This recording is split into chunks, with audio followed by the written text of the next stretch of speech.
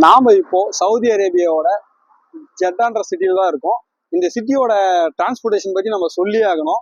என்ன காரணம்னா அவ்வளோ ஒரு டிசிப்ளினா மெயின்டைன் பண்றாங்க.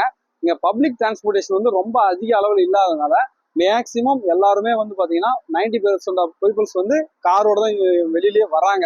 சிங்கிளா இருந்தாலும் சரி, ஃபேமிலியோட வந்தாலும் கார்ல மட்டும் தான் வராங்க. அதே போல இங்க டிராபிக் ரூல்ஸை ரொம்ப அதிகமா மதிக்கிறாங்க. சிட்டி ஃபுல்லாவே ஒன் வே தாங்க.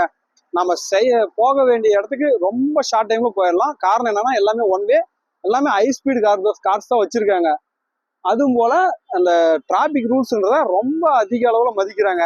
அப்படி மதிக்கலன்னா எல்லா இடத்துலயுமே வந்து பாத்தீங்கன்னா ஆட்டோமேட்டிக் கேமராஸ் இருக்கு. கரெக்டா ஸ்பாட்ல வந்து அவங்க மீறினாங்கன்னா உடனே ஃபைன் அடிச்சு அவங்களுக்கு ஸ்பாட்லயே வந்து கலெக்ஷன் பண்ணிடணும். அதனால ஒபே பண்றாங்களா இல்லையான்னு தெரியல. ஆனா ரொம்ப டிசிப்ளினா மெயின்டைன் பண்றாங்க. இது ரொம்ப ஒரு பிடிச்சமான விஷயமா இருக்கு. நம்ம ஊருக்கு இது செட் ஆகுமான்னு தெரியல. ஏன்னா நம்ம ஊர்ல பாப்புலேஷன் அதிகம். இந்த பாப்புலேஷன் கம்மிங்கிறதுனால இது செட் ஆகுதா அப்படின்றதும் ஒரு இதாக தான் சொல்லணும். அதே போல மெயினா வந்து பப்ளிக் டிரான்ஸ்போர்ட்டேஷன் எதுவுமே கிடையாது. இருக்கிறது கொஞ்சம் பஸ் இருக்குன்னு சொல்றாங்க. அதோட டைமிங் பத்தியும் தெரியல. பின்வரும் காலத்துல தெரியுதா பார்ப்போம்.